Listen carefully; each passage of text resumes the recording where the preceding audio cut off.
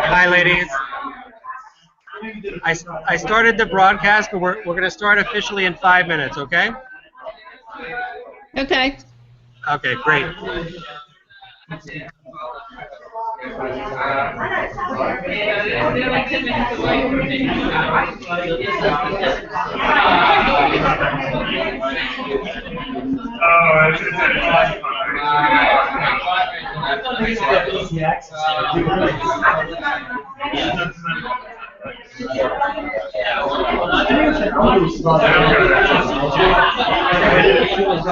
Seems to be working. I've done it, and it's.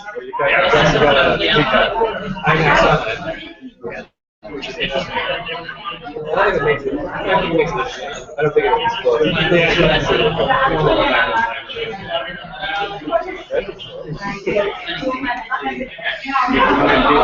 Is this like your best?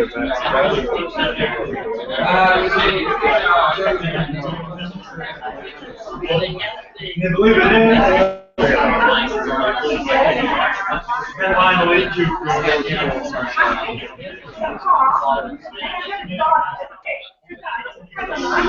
I'll show you a funny issue. We only have to go under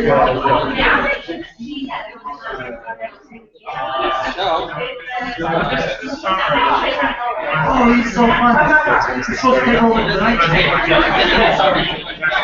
Noah. Noah. Yeah, I saw that. Yeah, I love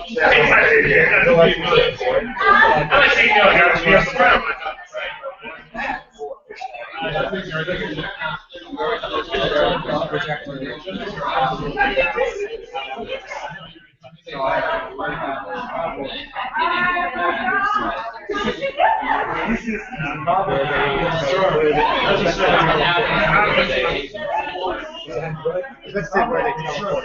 Right now, obviously, a small thing is probably like what they and they rebuild it. What they discovered, their children losing the beat. Well, this is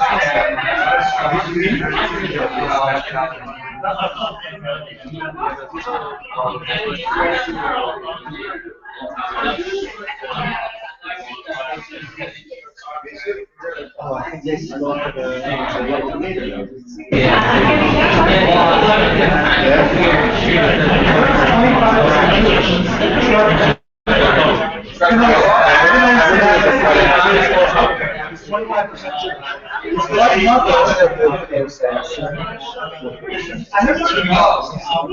He's funny, but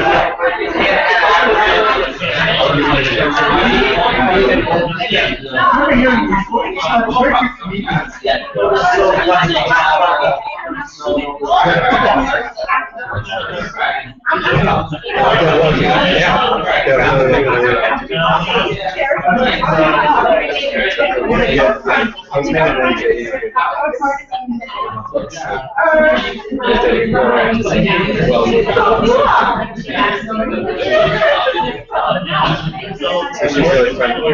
She's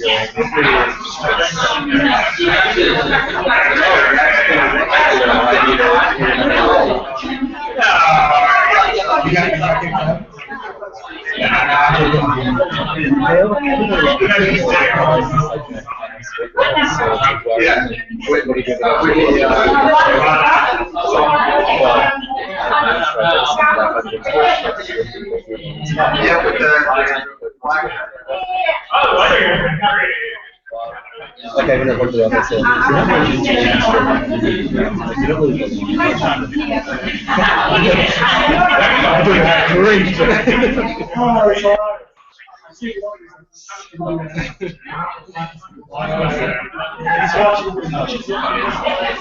and he comes in and says, "¿Qué pasa, amigo?"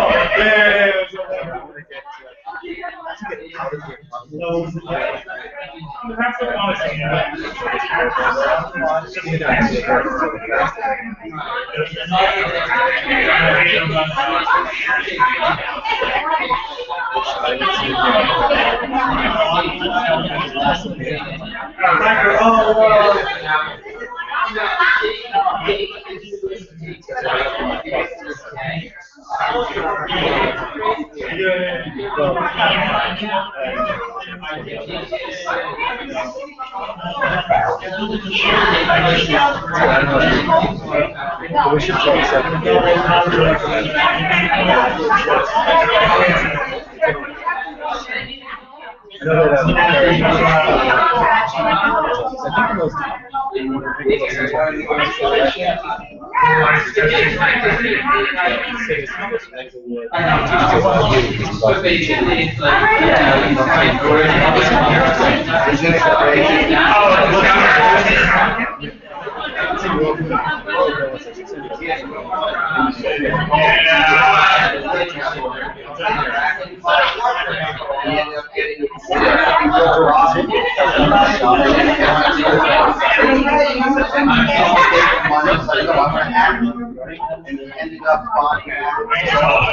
Okay, ladies and gentlemen,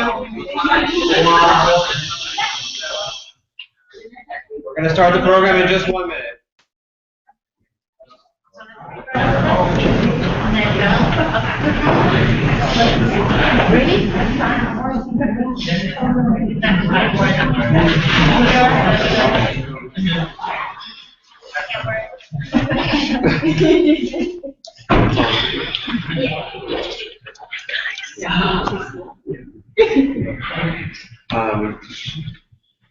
Do you want a self-intro? Yeah, that's whatever you want to do. Let me see. Okay, go ahead. Okay. Do you want the lights down? Or no? I mean, I don't. It's Okay. up to you what you prefer. I'm good. Okay. So first I want to thank Rabbi Jacobs for giving us a second year of an opportunity to share with you about the work that we're doing. Just to give you a little bit of a background, and then I'll introduce our speakers. My name is Sari Singer. I'm the founder and director of Strength to Strength, a nonprofit organization that was established 3 years ago to bring victims of terrorism together, showing that terrorism is not one country's problem, it's a world problem, and the best way for victims to come together and combat the hate of the day that they experienced is for them to come together and help each other move forward with their lives. And I myself survived a terrorist attack 12 years ago in Israel. On June 11, 2003, an 18-year-old Palestinian boy boarded my bus strapped with explosives. He injured over 100 of us, and he murdered 16 innocent people, including everyone seated and standing around me. I was hospitalized for almost 2 weeks. I returned to the United States about a week and a half later. I spoke in front of Congress about my experience and about what people are going through in Israel on a regular basis. And then on September 3rd of that after the summer, I returned back to Israel because I wasn't going to allow this 18-year-old boy who wanted to instill fear to make me afraid to be in a place where I love so much. Unfortunately, after that year, I had some ongoing medical issues which brought me back to the United States. And since that time, I've been doing a lot of public speaking around the country and around the world, trying to show what victims go through, what the world needs to know about terrorism, and how we can all be involved in the process of trying to combat the hate that victims have experienced, not just those that have been directly impacted by it. I'm going to share with you a quote, not a Viktor Frankl, but I'm going to share with you. I'm going to share with you Anne Frank, but Viktor Frankl I know has been very popular today. Anne Frank said, "No one has to wait, but can start right now to gradually change the world. Everyone, great and small, can immediately help bring about justice by giving of themselves." And to me, that quote is really important because that is really the idea behind Strength to Strength, is that all of us, even though we've been impacted by terrorism, we can do something to change the world together. And so what we have done is we've brought victims of terrorism together from all different places, from all different attacks around the world. And I'm going to introduce you to two of our speakers. Last year we had some wonderful speakers as well. So this year we are continuing with the women that seem to want to share their stories. I'm going to introduce both of them together at the same time, and then Elaine, you're going to start, correct? Yes? Okay, great. So I'm not going to share with you their stories. What I'm going to share with you a little bit is how Elaine and Pam both came to Strength to Strength. Elaine survived the Westgate Mall bombing in Kenya 2 years ago. She ended up, for anyone who might be familiar, we have a mutual friend, Nate Miller, who used to work for Ambassador Prozer at the Israel, the UN permanent mission for Israel. And Nate called me immediately after the attack and said, "My sister's best friend was in the attack. Could you talk to her?" And I said, of course, absolutely. And I think the rest is history in terms of Elaine's involvement. But the one thing that I noticed about Elaine, which was very, very special, is that I identified with her resilience that I showed right after the attack. She was ready to just jump in and to do as much as possible to make sure that her life was going to continue and that what she experienced was not going to destroy her future. And as she talks, you'll understand more what she's about and how she was able to do that. Pam came to us in a very different way. I didn't meet Pam initially at first, but we run a special program called the Young Ambassadors Program, where we bring young people ages 14 to 20 who have either lost a family member in a terrorist attack or been injured themselves, and we bring them to New York City for a week of healing and sharing. And we usually have between 6 and 8 countries. The last one was just in May, and we had participants from Israel, Northern Ireland, Spain, Colombia, Argentina, 9/11, and it was really a very moving week for the group. And Pam's son Thomas was injured in the same attack with Pam in Uganda in 2010, and Thomas participated in our Young Ambassadors program and has really, I think, brought his mom into the organization a little bit, and Pam has participated in our Victims Weekend retreats and has really become a really important person in terms of trying to send a message of healing and hope from our experiences. So with that, I'm going to ask that each of our speakers will have a few minutes to share with you their story, and each of them will go, and then I will ask them questions, and then we'll open it up if you guys have any questions. So without further ado, Elaine, if you want to start. First of all, thank you so much for having me here and for inviting me to speak, and especially on such an important Jewish holiday. It's a great honor. So sorry to give you some background on how we met.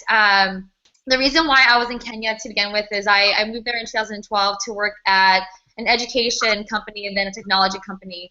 And so on September 21st, 2013, which is actually the International Day of Peace, I was at the Westgate Mall co-judging a children's cooking competition as part of my job with this technology company. And it was round 2 of the competition. We had probably, I would estimate, about 20 children there to compete with grandparents, aunts, uncles, siblings, everyone there really excited for this event.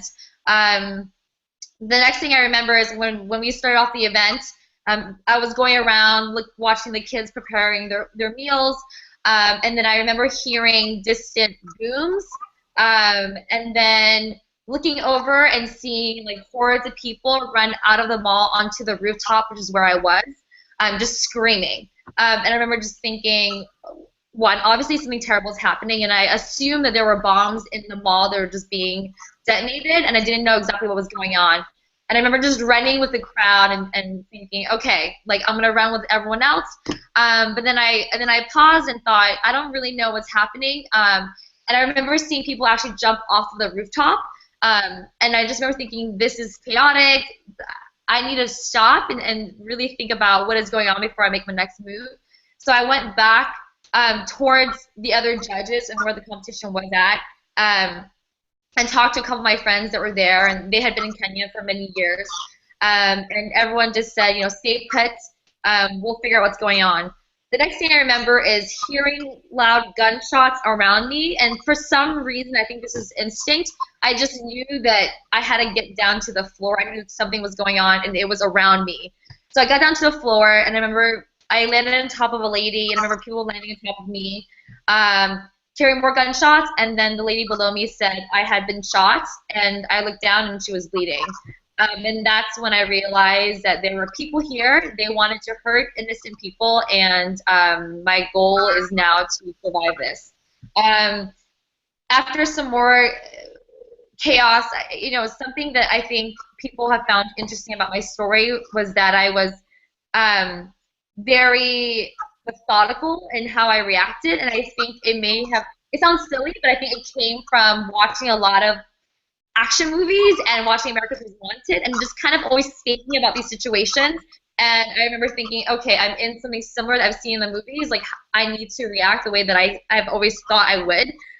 So my strategy was to get away from the crowd of people. So I thought, these people, they want to kill innocent people, and they want to kill a lot of them. So let me move away from wherever a lot of people are. When I ended up hiding behind this kitchen counter that was there for the children's cooking competition, and that's when there was two militants. That's when they first spoke to us that I remember hearing. They said something in English about this being a Christian country, said something else, and I just then remember seeing people react and people going up and being released, and then people going up and being shot. After hearing reports and learning more about what happened, I think it was essentially people saying that they, are Muslim, and them asking them a question, and depending on whether or not you have the answer correct, you were allowed to go or not, or you were shot. Then after that, there was another series of shots, and then they shot a gas canister that was there for the competition, and it exploded. And this is when things slowed down, and I remember seeing to my left victims like scatter, and I remember thinking, the terrorists are now occupied. This is my chance to make a move. So I decided to run farther away from where the crowd was. I landed at another kitchen counter, and this is where I incurred all my injuries. It was essentially shrapnel, so I had shrapnel on my chest and my arm, my legs. But was lucky because I realized that after I felt pain, I realized that I was still moving, I was still alive, so obviously whatever had happened didn't kill me, and I could still fight. Then I just remember laying in my blood, laying in the blood of a victim next to me, an older man, and his wife was there as well. And during this time was when I started contemplating and actually thinking perhaps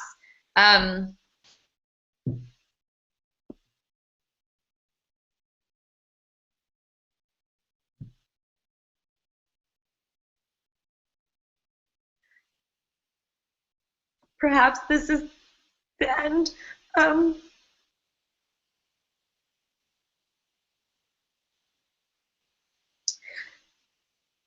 The lady and her husband, she had asked me if she thought that if I thought that we were going to die, and being overly irrational sometimes to a point where to a fault, I said, yeah, I actually think so. And I remember wanting to prepare for death, but at the same time not wanting to give up. So my mind was flipping back and forth between, all right, like, think about your life, be grateful / stay awake, think about what's happening, figure out what you can do next. Then the next day, I remember there's another series of shots. I heard arguments between the two militants, the two terrorists, and a victim who I later found out she was Somali and Muslim, and they had killed her husband.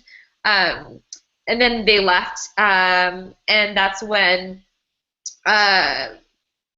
policemen private policemen from the community had come and found a way for us to escape through the cafe and through a fire escape. And that's when I ran out with the crowd, and then was put into an ambulance and brought to the hospital. And after that, the amount of support I received in Kenya, abroad, from my family, from friends, was immense. And I have a lot of love for the country. I have a lot of criticisms of the government, but the people I have so much respect for, and I felt like people really got together and were so supportive of one another.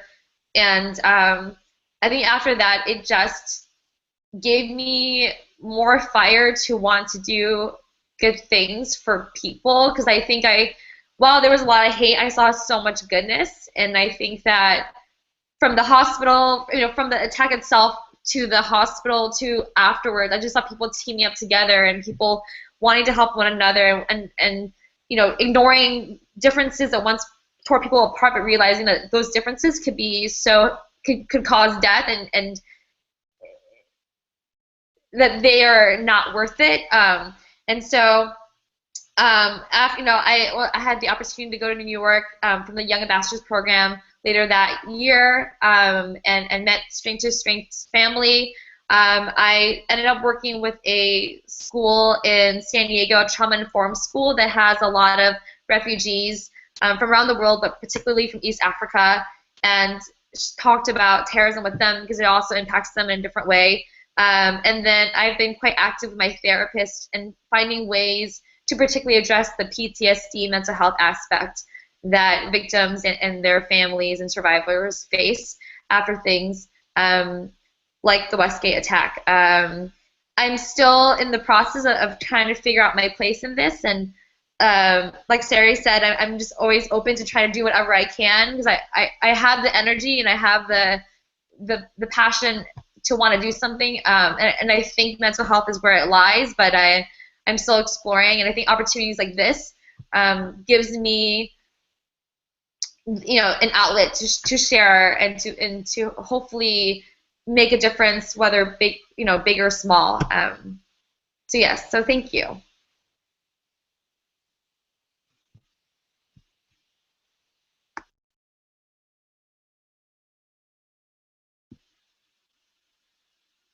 Oh, I can't hear you. I think you're on mute. I'm so not computer. Okay. Thanks, Elaine. Pam? Are you ready for me? Yeah, absolutely. All right. So my name is Pamela Kramer, and thank you for allowing me to come and share a little bit of my story. And thank you, Elaine, for sharing your story. It was very, very touching, and I commend you for your bravery and your clarity of thought in the process. So, so I want to tell you a little bit about our experiences in Uganda, similar to Elaine's experience of just coming face to face with terrorism. My son and I were on a missions trip to Uganda in 2010. We had been in Uganda for, I think, three weeks was our original time frame. He and I and there were a group of 6 of us from the original team of about 13 or 14 had decided that we would stay for another week and just really relax and visit with some of the friends that we had made. We were working at a church and supporting a school and a sponsorship program there. So the night before we left, we decided it was the World Cup, and it was a big to-do because it was the first time in a long time it had been played on African soil, and so we went to an Ethiopian restaurant with some of our friends from Uganda to celebrate, watch the World Cup, and just have some fellowship time before we were getting ready to leave. That night we were there. It was towards the end of the game on July the 11th. The game was almost over. We were kind of winding things down, and terrorists. There was a suicide bombing at the restaurant. They say that we were in the kill zone. The actual suicide bomber was sitting at the edge of our table. And had come in.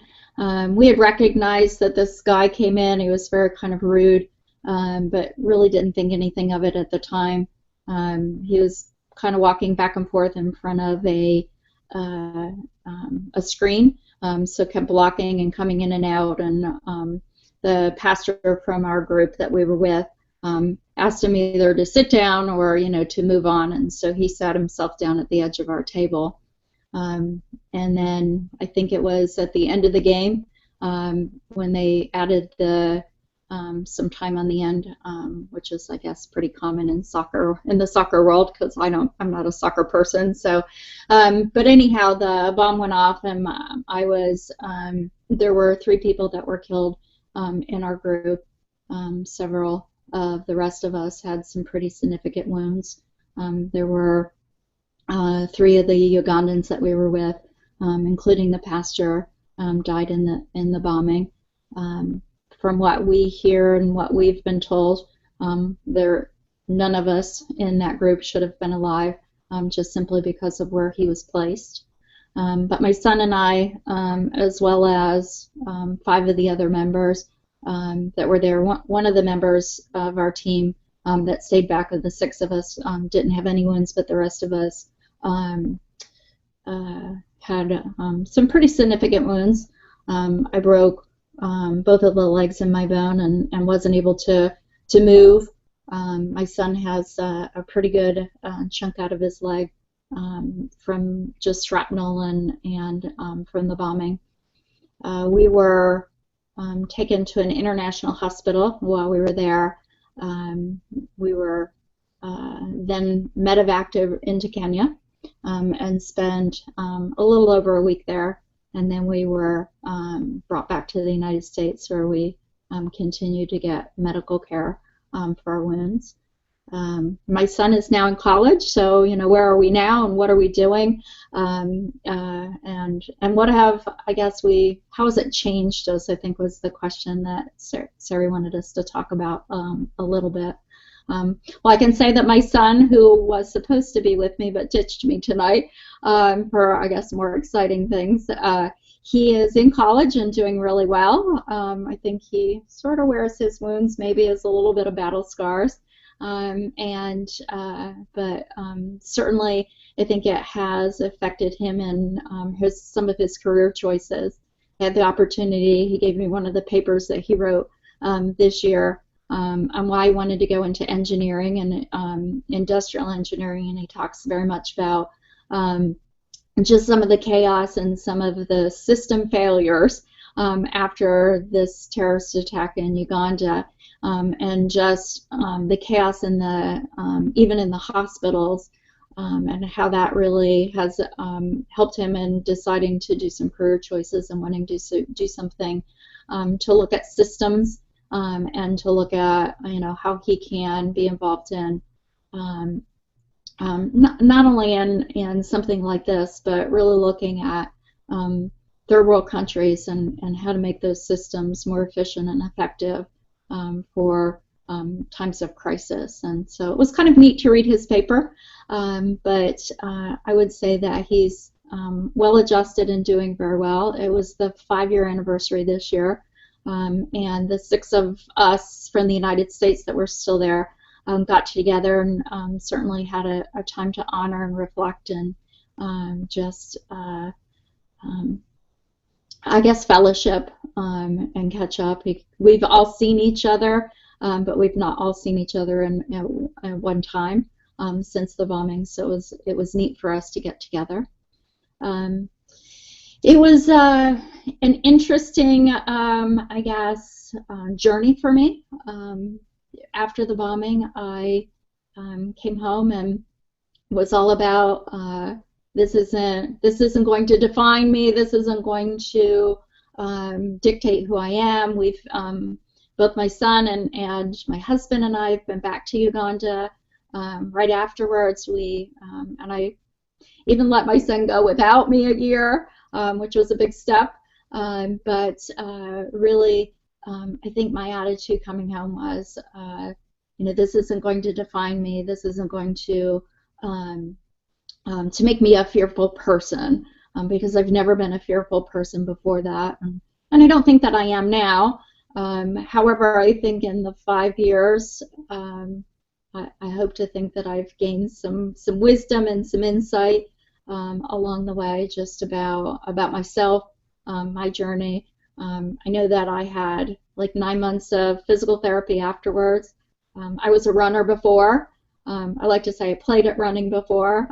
Had a doctor who told me that I would never run again and probably should take up biking, but I've since run a marathon and I think 5 or 6 half marathons, and training for half marathon 2 actually coming up this coming year. So some of it has been channeled into, no, this isn't going to define me. But I have to say this past year was a particularly difficult year for me, and maybe it was because my son went to college and I was didn't have to be put on that face of strength in front of him. I'm not really sure. I think it was a piece of that. I also had some problems with my leg, where I had developed an infection along the rod that was in my leg, and had to go through 6 weeks of being off of work and being on a IV antibiotic, and maybe I've been more thoughtful since then, just because of that. And again, I think the combination of my son going and just not having to put on that face of strength. Not that I think that it's made me, I don't know, that I've fallen apart, but I think I've been more thoughtful and have reflected more on what the bombing, how it impacted my life.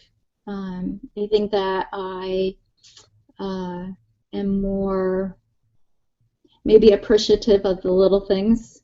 I have a little saying on my phone that says, run grateful, every mile is a gift.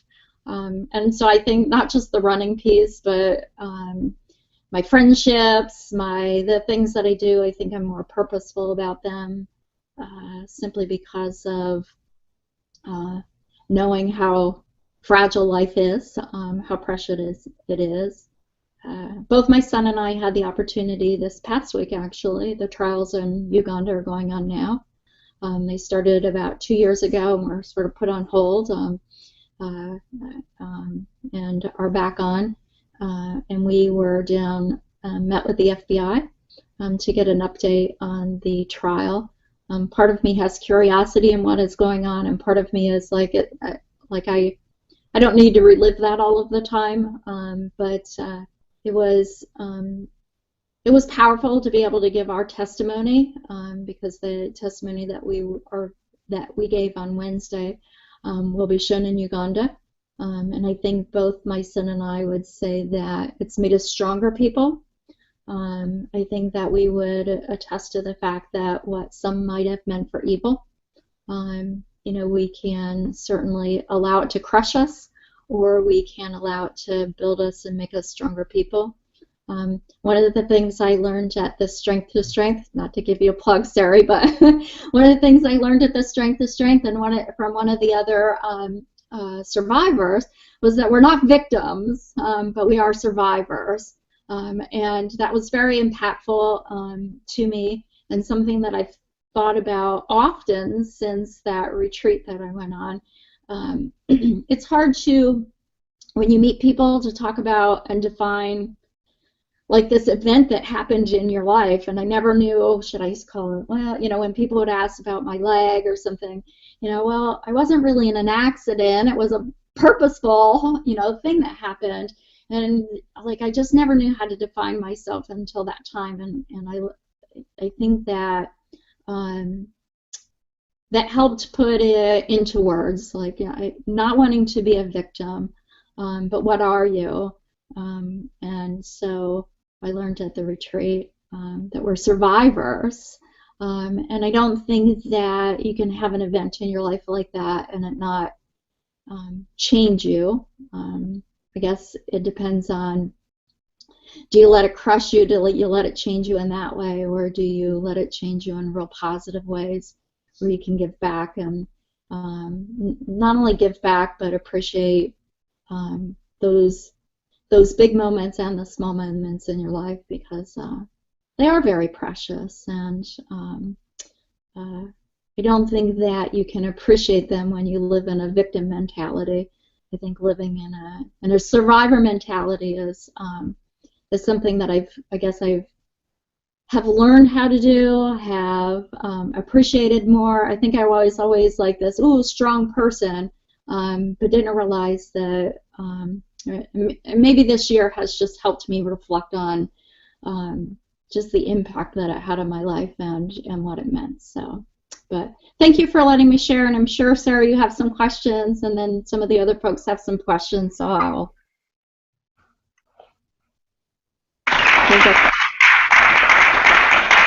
So thank you, Pam.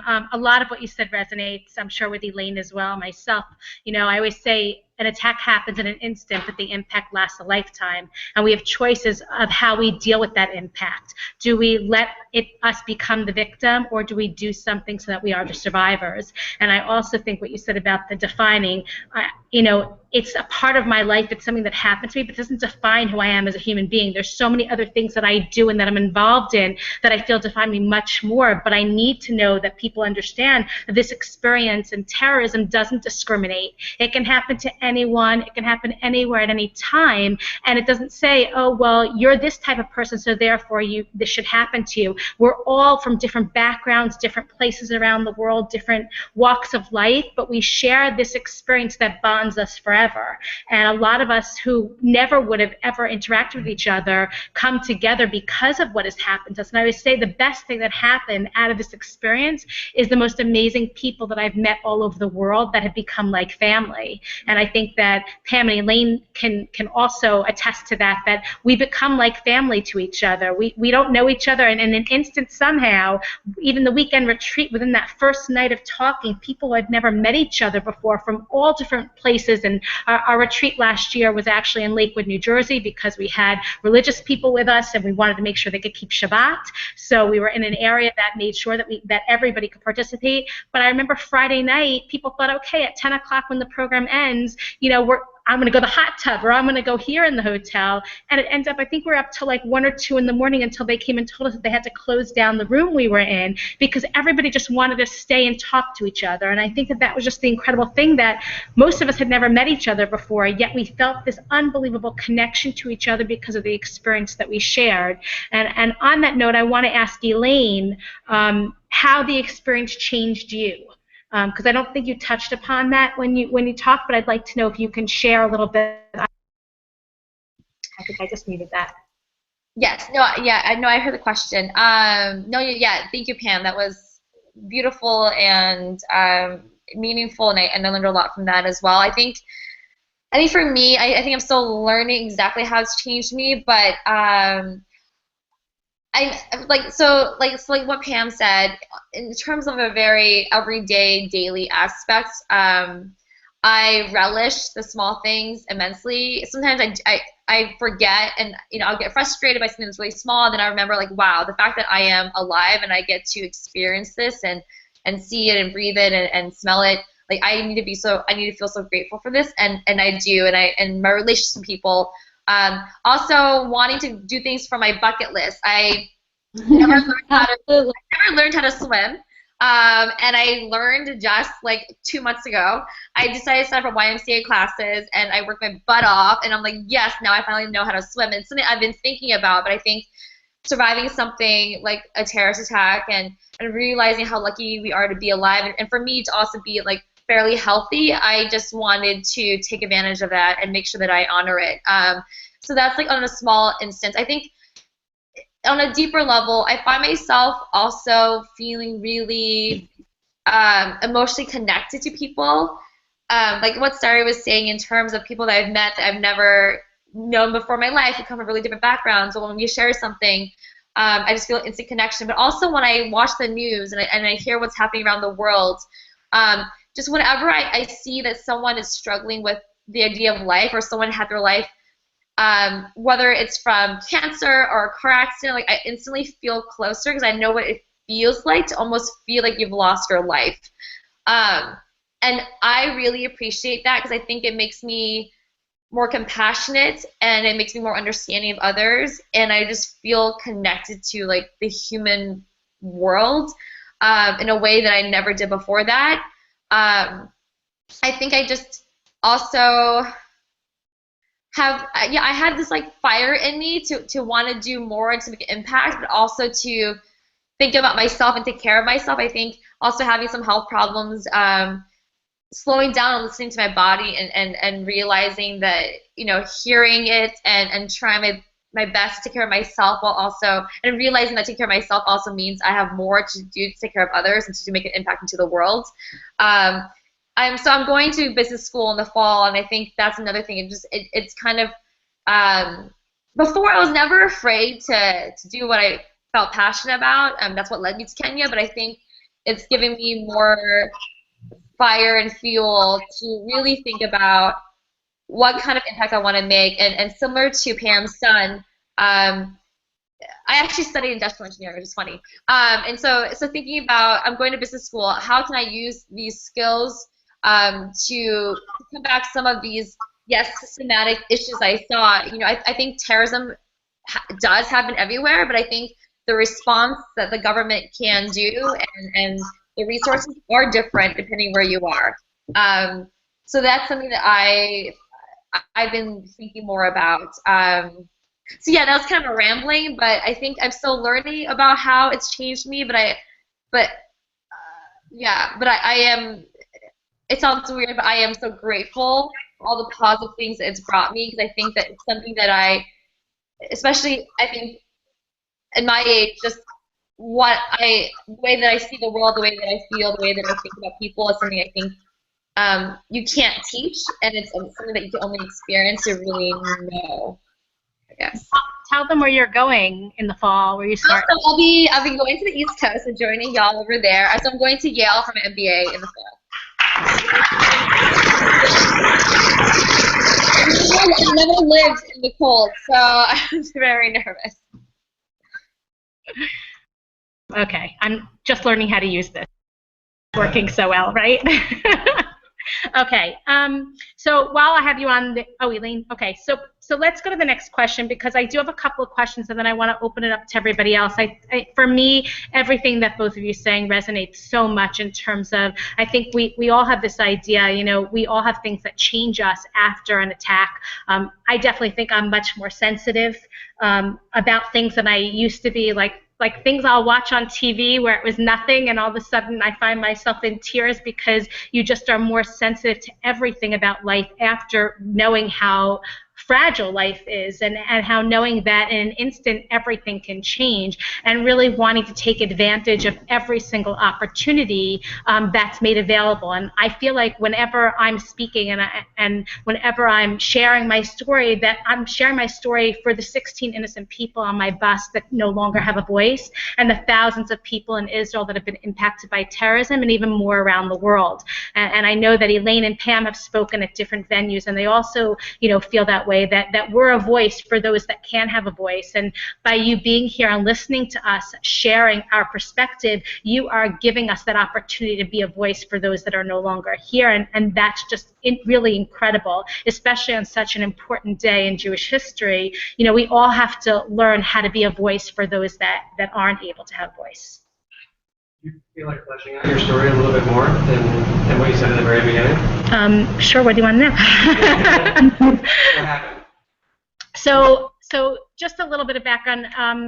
On the morning of September 11th, in 2001, I worked about 2 blocks away from the World Trade Center. I lived on the Upper West Side, and I overslept that morning. I didn't hear my alarm clock go off. I turned on the television, and I saw the towers burning, and I immediately called my office, and I heard screaming in the background. They said, "Don't come in, we're being evacuated." The building was shaking. We're not sure exactly what happened, but we're all being evacuated. Just stay where you are. And I didn't leave I remember calling my parents immediately, and my father's a New Jersey state senator. And he said, "Don't come back to Jersey. You don't know if there's going to be something after on the bridge or in the tunnel, so just stay where you are. You're much safer there." And I didn't leave my apartment for 3 days. And I remember friends of mine who were in Columbia and Barnard and schools nearby that were like, had been from far away from home and had no family. They all asked if they could like come to my apartment and just kind of sit there.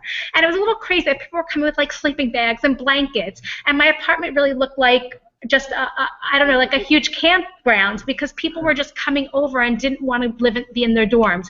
And I was really scared. And I remember talking to a friend of mine in Israel, and I said to him, I said, "I don't know what to do here. I'm really freaked out about what's happened." And I said, "I don't think that I can just deal with this situation." He's like, "You know you're going to be fine. Everyone's going to be fine. You'll go back to work." And about 3.5 weeks later, we did go back to work. And I remember that I couldn't take the subway stop that I took usually, because that was Rector, and it was right behind about 1.5 blocks from the World Trade Center, and it completely had been destroyed. And sometimes I would take the 1 or the 2 down, and so depending on what train I took was where I would have been that morning. But I remember I had to get off at Chambers Street and walk towards my office. And I remember for that first week, I see people crowding around Wall Street. And I was like, what is going on here? And they said that I once tapped the person on the shoulder after 3 days of trying to maneuver through the crowds. And he said, oh, we're here to take a picture of where the World Trade Center used to stand. And I thought, people are still down here looking for their loved ones. There are signs everywhere. People are missing, and you're down there as if it's like the Empire State Building or the World or any type of touristy site, the Statue of Liberty. And I got very upset about this, and I started talking to my parents about it and to some friends in Israel. And in December of 2000. Well, actually, I don't think anyone really knows this, but in October, right after I started going back to work, I ended up moving out of my apartment in the city, and I moved back home to New Jersey, and I was commuting in every day. And I remember I hated the commute because it was literally 2 hours in the morning and 2 hours at night, and it was just a long day, but I didn't feel comfortable living in the city anymore. And in December of that year, I made a decision, and I quit my job, and I moved to Israel to volunteer with organizations that were working with victims of terrorism. And while I was there, I balanced my day with a number of different activities. And then about 10 months later, I was due to come back to the States. And about a week before I was supposed to leave, I received a phone call from a friend of mine who worked at one of the seminaries saying they were looking for a school administrator. Was I interested in applying? I went on a few interviews, and then about 2 days before my flight, I canceled my ticket. And I decided to stay. But I decided if I was going to stay, I was going to live like a tourist. And I really wanted to be involved and really feel like I was an Israeli living in Israel. And I remember I took 2 buses to work, and I took 2 buses home. I lived in Katzimon, with who was ever familiar. I lived right around the corner from the president's house, and the other corner was the prime minister's residence. And I loved everything about living there. People used to say, what do you miss about the U.S.? And I would say, well, I miss my family, my friends. But the truth is that I loved every single minute of being in Israel, and my friends in Israel became really my family. And I had incredible friends from not only the United States, but from South Africa and from the UK and from Australia. And I really felt like this was a place that I really wanted to live and just build my life. And then after a year and a half of living there, as I mentioned earlier, I was on bus number 14. I ended up, it was a very weird day for me. I rarely took cabs because, as my brother liked to say, I lived below poverty level for American standards, but for Israel it was really pretty good. So I rarely took cabs, but on this day specifically, on June 11th, I had meetings all over Jerusalem. I remember I had to go to Har Chotzvim, to the high-tech area. Then I had a meeting at Hebrew University. And then at the end of my day, before I got back to the office in Har Nof, I had stopped off in Givat Shaul to speak to one of my mentors who ran one of the other seminaries. And we were talking. He's like, are you really going to go into Har Nof to go back to work? And I'm like, yeah, I haven't been there all day. It's now about 2 o'clock. I need to get a few things done. So I went back to the school. And as I'm at the school, I realized that I didn't know how to get to the restaurant where I was meeting a friend for dinner that night. I was meeting her at Cafe Hillel, which is in Emek Rafaim in the German colony, and I usually walk there. So I didn't know what bus to take. So I called my friend, Tani, and I said to her, what bus can I take to meet you? She said, you can catch the number 14 right after the Tachana Merkazit, right after the central bus station. It'll take you right into the German colony. So at around 4 o'clock, I left my office, and I made my way to take the number 11 bus from Har Nof into town. And I got off at the bus station, and I walked to where the number 14 bus was. And the bus stop started getting really, really crowded. And I don't know if you guys know what it's like to be at a bus stop at the end of the day with Israelis who want to get home from work, but you sort of start to feed into that antsiness. And I said, you know what? I don't have any money left on me, but let me hail a cab. I'll stop at the ATM on the way into the German colony, and I'll get money out for the cab. And as I went to hail the cab, I saw the 14 bus coming. So I figured it was meant for me to get on the bus. As I boarded the bus, I had been on the phone with my friend telling her that I'd be a few minutes late, and I wanted her to know exactly where I was. I ended up standing on the bus, even though for some reason I really wanted a seat. I was exhausted. And as we made our way to the next bus stop, which was Machane Yehuda, I saw 2 seats open up in front of me, and normally I would have sat at the aisle seat because, as you know, at the marketplace, people get on with lots of packages at the end of the day, but for some reason, I moved into the window, and I remember the girl who sat down next to me and her boyfriend was standing, and I knew they were together because they were all over each other at the bus stop, so you knew they were a couple, and I just, didn't think twice about it. As we started moving away from, and I remember for a split second I actually looked out the window, and there were hundreds of people outside. For anyone who knows Machane Yehuda and that area, there's like more than 10 buses that come through that way, and so there's lots of people waiting to get on different bus lines. And so as we started making our way towards town, I lifted up my knapsack, and I went to put my phone away, and literally within seconds I felt a huge shockwave. And the only way to explain to you what the shockwave feels like, it's like 2 pieces of metal that hit so hard against each other and vibrate back, that's what I remember my body feeling like. And I remember my back was being pushed against the seat, and I tried to reach my hands up to my face, and my hands were being pushed down, all the way down. And when the blast stopped, I couldn't open my left eye at all because they said something had hit it from the bus and it was already swollen. And my right eye I could barely open, just enough to see the roof. The bus had fallen in and the man's head in front of me, and he wasn't moving.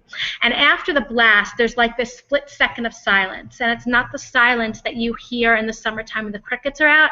It's literally the silence of death all around you. And it's a split second, but it feels like so much longer. And then after that split second, my ears started ringing really, really loud, and I started screaming. And luckily I was screaming because there was a man outside that heard me. And I was told that he was 3 blocks away. He heard the blast and he came running. Because in Israel, it doesn't matter if you're the police or Magen David Adom, everybody comes running to help, because this is the essence of who we are as Jews. That when somebody's in trouble, we don't know what's going on, we have to go in and help. And that's what I felt like. They didn't know who I was. They didn't know where I was from. All they knew was that I needed help. And he said to me, "You have to get out of the bus." I said, "I can't." He said, "Put your feet up on the bar," which I thought was the window of the bus, but later I saw pictures. It was the bottom of the bus that had been blown out from the impact of the blast. And he and another man pulled me out and brought me to the side of the road where this old woman waited with me. And I kept thinking, she's not the police, she's not Magen David Adom, she's as if she's a mother waiting with her child for help, because this is who we are. We don't leave when there's a problem going on. We stay. We run to the problem, not away from it. And for me, the experience was very, very fast. For some victims, it feels like forever until help is going to come. I was taken to Hadassah Hospital and immediately assessed by the doctors. I was in Israel. It's very interesting. I was what was considered kal, which is lightly injured. Definitely not for American standards. I had shrapnel that went through my left shoulder, breaking my clavicle bone. Both my eardrums were blown. My hair was burned. My face was burned and bruised. My legs were badly cut up. I have 2 pieces of shrapnel in my mouth that are inoperable, and that's lucky, because unfortunately some people come off with missing limbs, and that day 16 innocent people did not come off that bus alive. I was the last person to go into surgery that night of the seriously wounded, and when I woke up in the morning, I was woken up to do a press conference with 30 international television and radio stations. The word had gotten through because earlier before surgery, which I sort of left out, but I'll go back for a second, as I'm waiting by myself, this old Timani woman came in and she said, "My son was a soldier on the bus.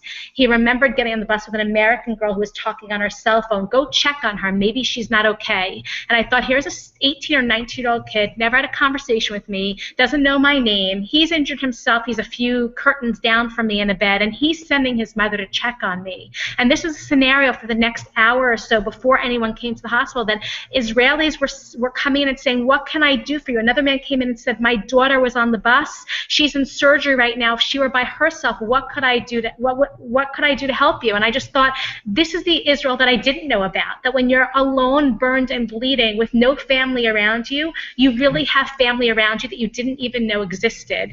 And as I'm waiting, and my boss had now come to the hospital, and my parents were notified. I didn't want a doctor or a nurse to tell my parents I was okay, because they didn't know what I looked like before. So I wanted to wait until a friend arrived to the hospital to alert my parents to what was going on. So my father, graciously, at the time, the governor of New Jersey gave him his helicopter, and he flew over to JFK and was immediately put on the flight over to Israel. In the meantime, as he was en route, I did that press conference in the morning, because a few hours prior to going to surgery, a reporter from the Los Angeles Times came in and said, "Can I ask you a few questions?" And my mom liked to say so nicely, the one thing that definitely didn't stop working after the attack was my mouth. And so I said, "Sure." He asked a few questions, and then my boss pulled him aside and said, "By the way, her father's New Jersey State Senator," and that's basically how the hospital also found out. The amazing part of being in a terrorist attack in Israel is that no one in the hospital is treated any differently. They didn't know who I was. They had no clue, and I got the best care, and they saved my life. And that, to me, is really the most incredible thing, that everybody receives the same care and is treated with the exact same respect in the hospitals in Israel, which I just think is really amazing. After that, after coming back to for the, I want to say that like it was an easy thing. It's definitely not. It was hard for me because I'm pretty independent, and then to have to rely on people. I couldn't use my left arm at all. I was in physiotherapy in Israel, physical therapy in Israel for 1.5 years, and I have almost full range. And I was very determined that I was not going to allow. I was very, very determined that I was not going to allow this to stop my life from moving forward. And I probably think that the biggest part of that comes from my parents. They're both very strong people, and they raised us a certain way that I think that you deal with what you've been through based on situations that have happened previously in life. And I thank God that my parents raised me with the strength to be able to go through this and to come out, I think, much stronger. I lived in Israel for 1 year after the attack. As I said, I didn't want to not go back. I love it there. But unfortunately, Bituach Leumi at the time was on strike, and I couldn't see doctors through them, so I decided to come back to the States to see my own physicians for some of the ongoing medical issues. And while I was here, when I came back, I was the executive director of the One Family Fund for 2 years, and I spent those 2 years speaking across the country about what victims go through and trying to be a voice for them and helping people here really understand what goes on in Israel. And then after working about 90 hours a week and my body telling me it was enough, I left that position to go on to other things. About 3 years ago, I opened Strength to Strength, which we are all volunteer-based. Professionally, I'm the Assistant Director of Career Services at Touro College, so if anyone has any kids that go to the women's division here in Manhattan, they probably see me at some point. But I love the fact that my life goes forward and that I have a job that I love and a place that I love to come to every day, but that I also am able to continue with my volunteer work and be able to do these amazing things to help people all over the world. And I think that for me, the most important thing is people like Elaine and Pam inspire me and make me realize that there's so much to be done in the world and that we all have a part in making the world a much better place. So with that, I'm going to pose one more question to you guys. Well, I'm going to pose 2 questions to you guys, and then I'm going to open it up if anyone has any questions. What's our time frame?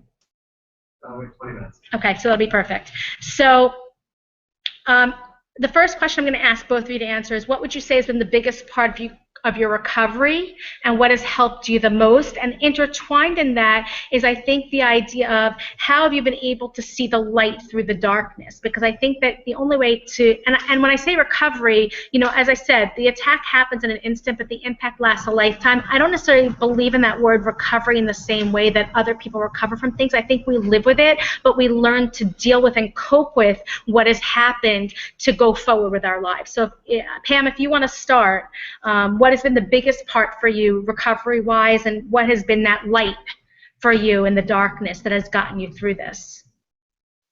Well, I think that one of the biggest pieces that I think has helped in our recovery is just the overwhelming support that we've gotten from just all over, from our community to Sari was talking about the Israelis and how they treated her when she was in the hospital. I would say the same thing about the Ugandans.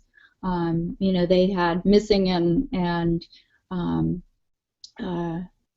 people that were involved in the same bombing that we were, as well as, you know, just different people that had injuries, and yet they were there just supporting us. And so I think that was at least a piece of the recovery. I think I also would say that I never knew what it was to be a U.S. citizen until that time, and just the overwhelming support that we've had from, at least that I've experienced.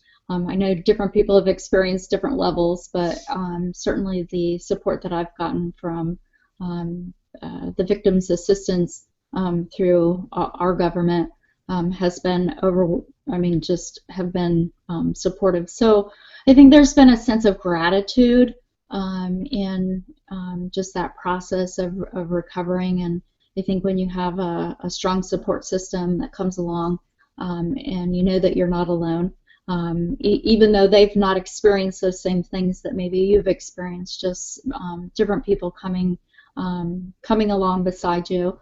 I think that, Elaine, when you talked about strength and the family of Strength to Strength, Interestingly enough, I didn't know Sari other than through my son prior to going to the retreat really in October, and just immediately having that connection. And so I think that's been an ongoing piece to the puzzle of recovery, because I think it's a puzzle and it has many different pieces that come together in recovery.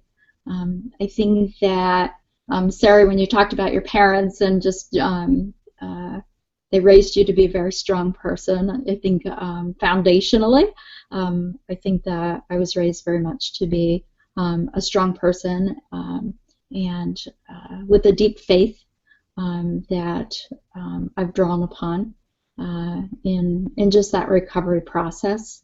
I don't know that I would say, I think that as I hear different people talk about their experiences, I think because of all the different things and all those different pieces to the puzzle, my recovery has been pretty without too many bumps in the road until this year when I had some of the health problems that I had. But again, I think it just helped me refocus and reevaluate what was most important in my life. And what was your other question, Sari, about seeing light?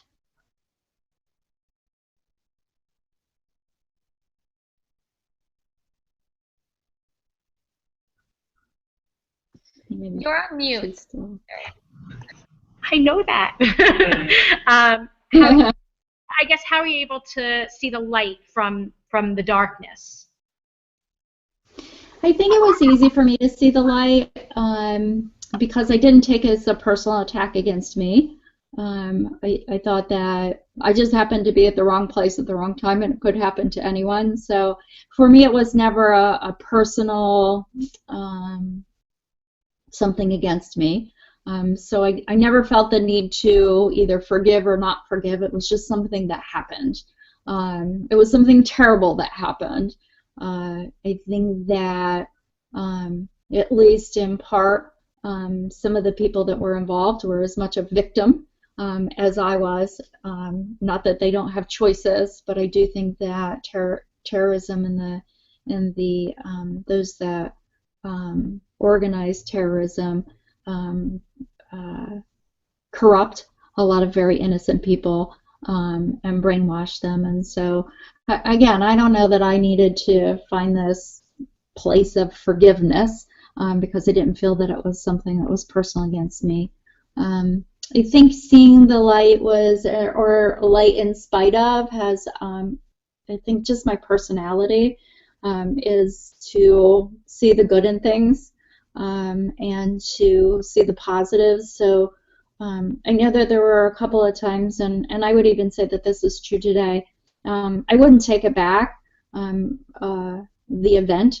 Do I wish it didn't happen? Yes, but what I learned from it was so powerful that it was something that, again, I think things just happen in your life, and I think God puts things in your life to make you a stronger person.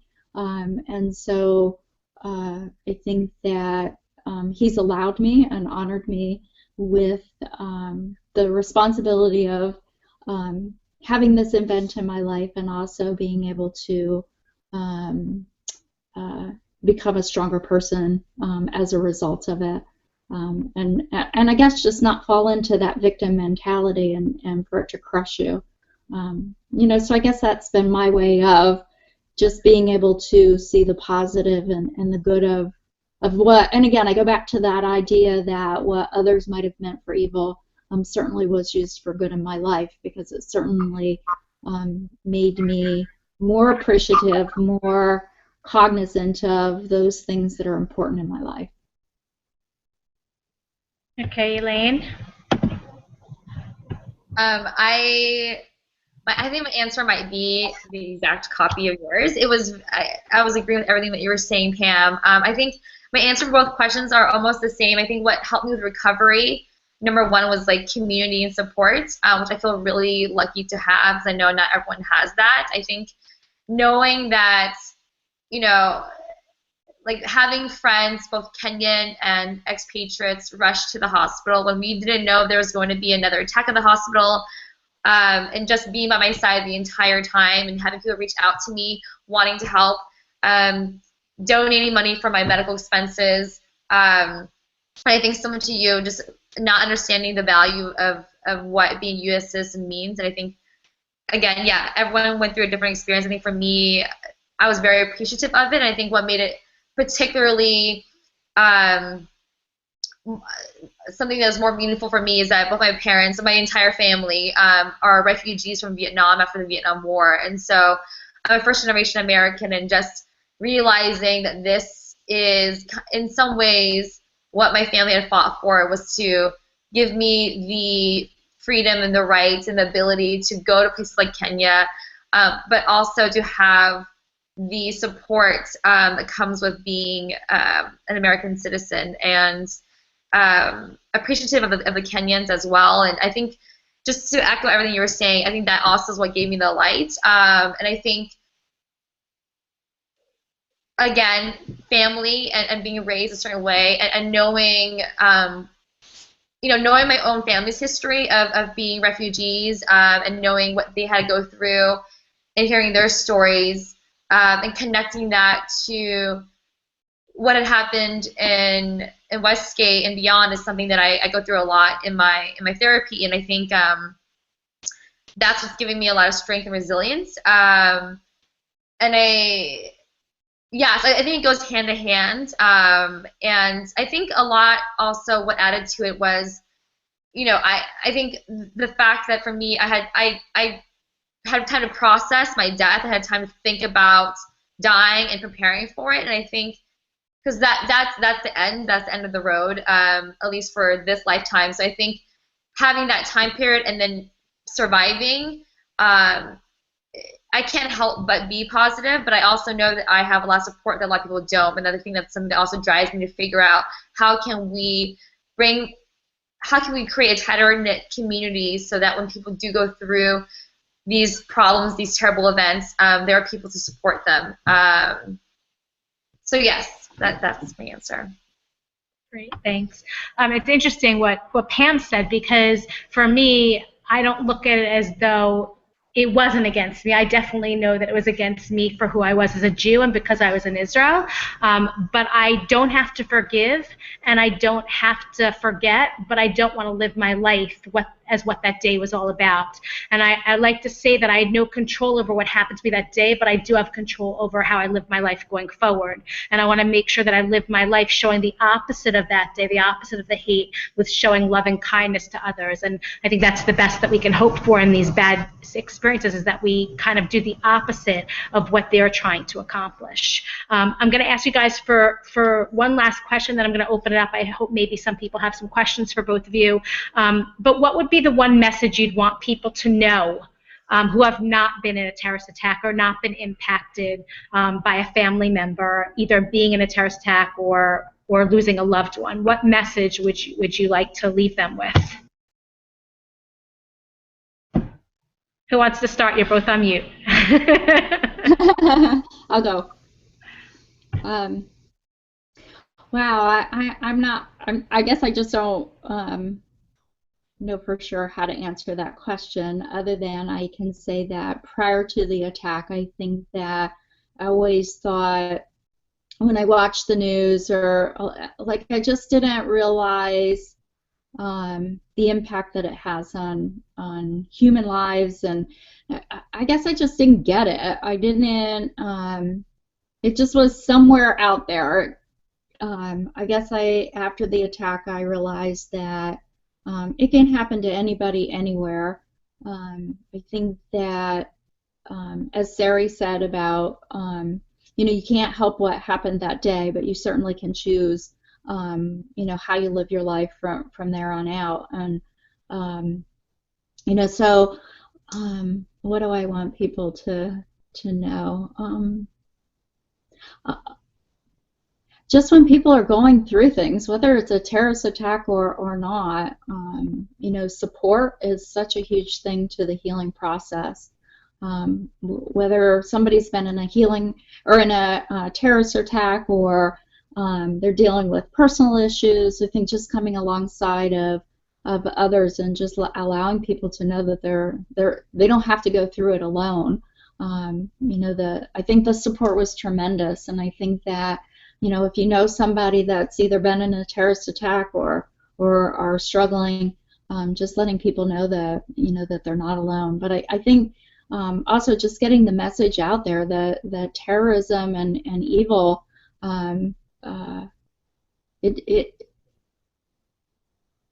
love can overcome that, and I think that the more that we can do to overcome the evil in the world, the closer we get to not letting evil rule. I don't know if that answered your question or not, Sarah.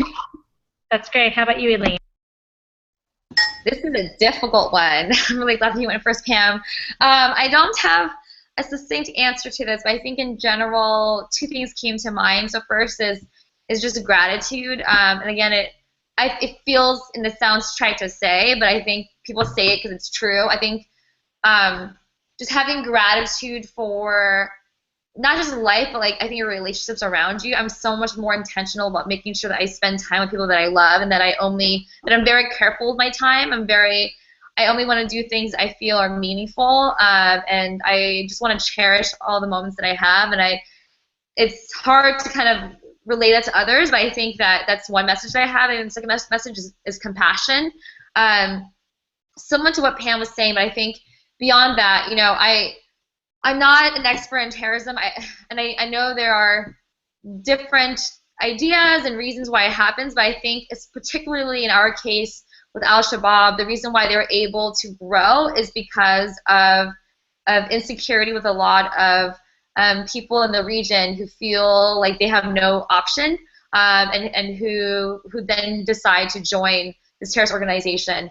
And I think when you think about what's happening in the States and beyond, I think when you have a group of people who are suffering and don't feel like they have support, they go to evil sources who will give them that support. And I think extending compassion when you think about issues and thinking about why people may be involved in certain things, and just in even a small way, just compassion in your everyday life. I think that if we all practice it, it's possible to create more love in the world, and for people who are disadvantaged, who are underprivileged, to not have to seek out these disgusting avenues to feel like they have a purpose. And that's like a personal message that I have that I feel strongly about.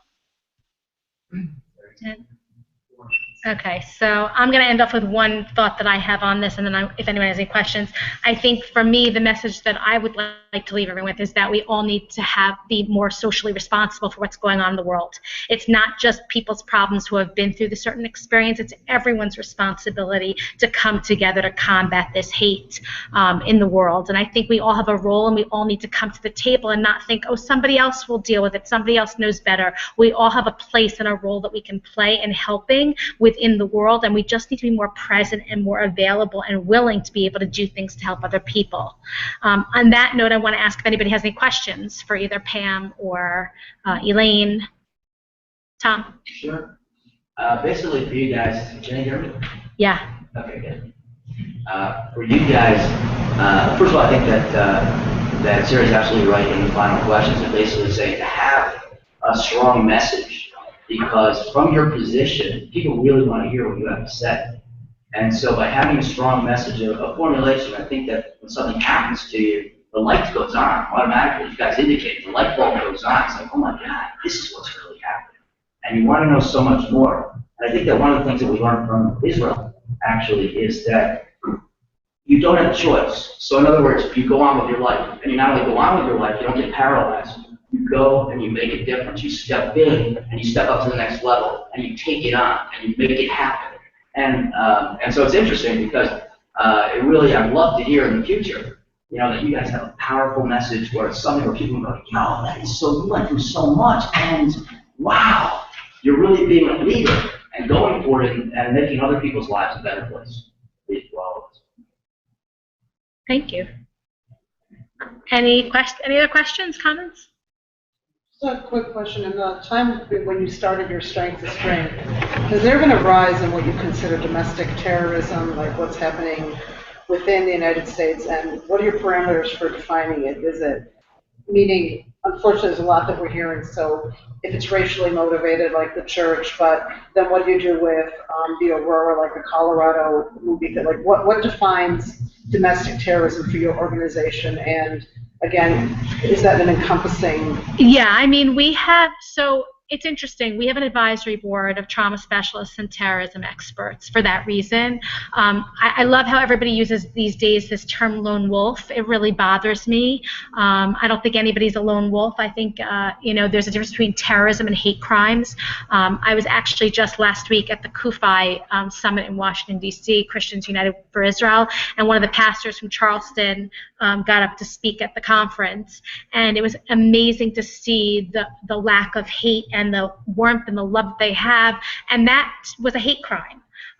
That was totally a hate crime, and I think we have to differentiate between these things only in the sense that the trauma is trauma no matter what the situation is, and the symptoms are the same, but how it was done and why it was done are going to be different things. And if somebody approached us there and thought that it was terrorism and wanted to connect with us, we definitely wouldn't say to them, we'll have nothing to do with you. When the Connecticut school shooting happened, we reached out actually not directly to the community, we actually reached out to the state victims crimes unit and said, listen, we deal with victims of terrorism, but we understand a lot of our victims had called in saying that they understood because some of them were in Mumbai in the shooting, so they wanted to be a resource. And so we do reach out to these other situations to see if we can be a resource, and we'll never turn anyone away, but our main mission is victims of terrorism, that is, perpetrated and motivated by political ideology. And so we have to differentiate between that, but I think that for all of us that live with PTSD and trauma, the symptoms are all the same for us, so we understand what somebody else is going through.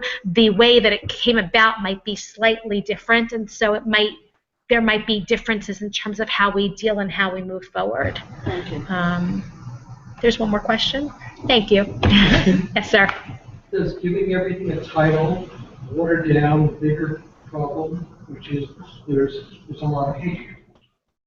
Saying that not every Muslim, it's just fanaticism. It's not every act of hate, it's terrorism or it's hate. Is that watered down in response to? So I think it's interesting you bring that up, because I'm going to say something that probably shouldn't be said, but I'm going to say it anyway. We have a problem in this country that we don't talk about the things that need to be discussed. I spoke on a panel in Brussels in March with 2 ex-terrorists and another victim of terrorism. And I'm involved in a group there that's trying to combat radicalization and indoctrination. Those are 2 words that we don't discuss in this country. It's not in our news. It's not anything we discuss. Everyone's a lone wolf. And I think we need to start talking about these things, and the news sometimes here is very skewed. We don't get all the news of what's going on internationally. And the problem is, I think that we're at a disadvantage in this country, and we are 10 years behind Europe. And if we don't start looking at these answers now and what to do, we're going to be even in worse shape than they are right now. And the EU, the European Union, is putting in a lot of money through these programs utilizing victims of terrorism and people who used to be involved in terrorist activities to try and combat what's going on, because they see the problem and it's out of control, and they're scared.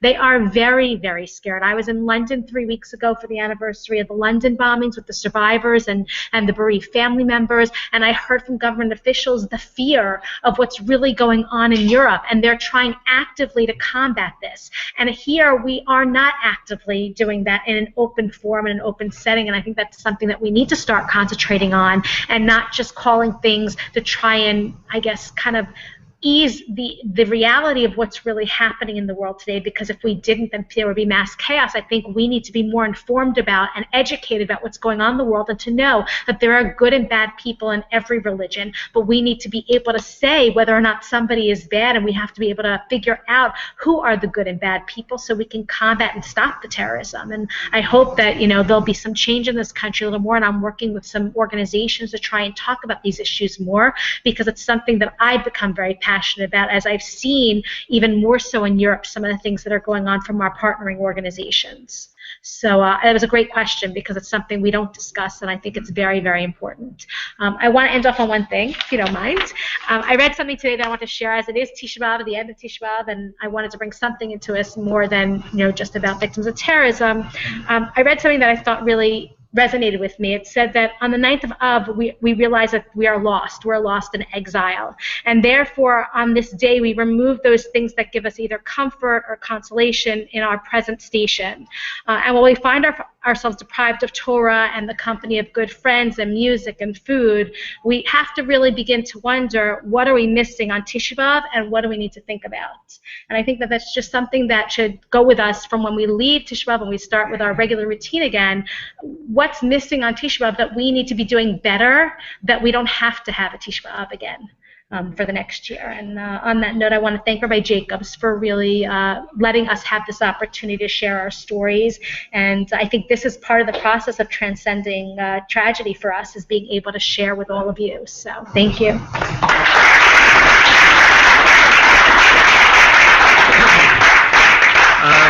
I would like to thank all of our presenters today. I think it was a wonderful program. I learned a lot personally, and I think everyone did a wonderful job. So thank you to everyone who spoke.